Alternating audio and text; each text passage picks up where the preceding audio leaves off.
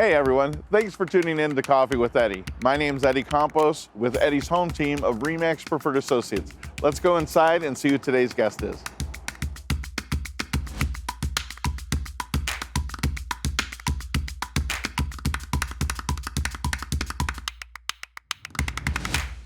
Hey everyone, we're back with Rachel Hepner-Zawodny with the American Red Cross, and we're going to continue our conversation to talk about Sound the Alarm. Yeah. This is, I think, a very powerful mission. I watched the video that's on your website, and to see that and not feel the anguish and pain that that family felt is just really tough to try to get through. What is Sound the Alarm, first of all? So about 6 years ago, the Red Cross decided to go on a campaign to reduce death and injury due to home fires by 25% by the year 2020. Okay.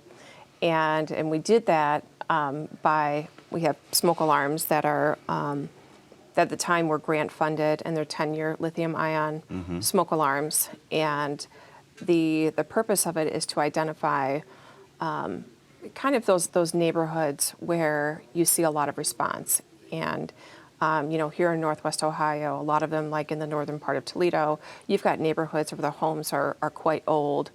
And we find that a lot of these homes that we go into, and a lot of the homes that the fire departments go into, they don't have working smoke alarms. Sure. Or they have a smoke alarm, but it's sitting on a countertop, you know, in the utility room, and it was never placed, you know, on the wall. Right. So we started this campaign, and we've saved over 1,000 lives nationwide through this campaign. And it's our volunteers, it's community partners like the fire departments. Our board of directors is active with it. Partners like, you know, RE/MAX, something that they could do as well, where we go into neighborhoods and we knock on doors and we talk about fire safety. We talk about making an escape plan. We talk about practicing that escape plan. But we don't leave the smoke alarms behind. We physically install them. That's part of the process. That's really we nice. will not leave them behind. We will schedule a better time to come back and to do it. And the reason for that is just like I said at the beginning, it never happens. It never happens. And smoke alarms are only good for 10 years. You wouldn't believe how many houses we go to that say, well, my smoke alarms, they're hardwired. That's great, but they get desensitized over time. Sure. So there are chemicals that are within the smoke alarm that can sense the difference between steam and an actual working fire. And that's when they are triggered. So that's why we want to make sure that those get in there.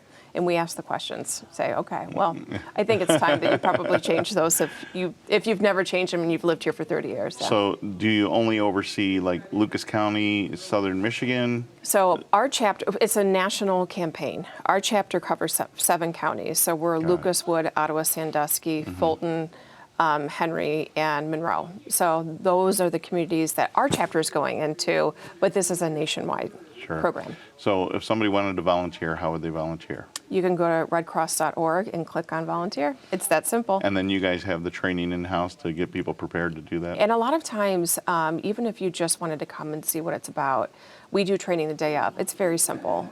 We just talk about the appropriate places to put the smoke alarms.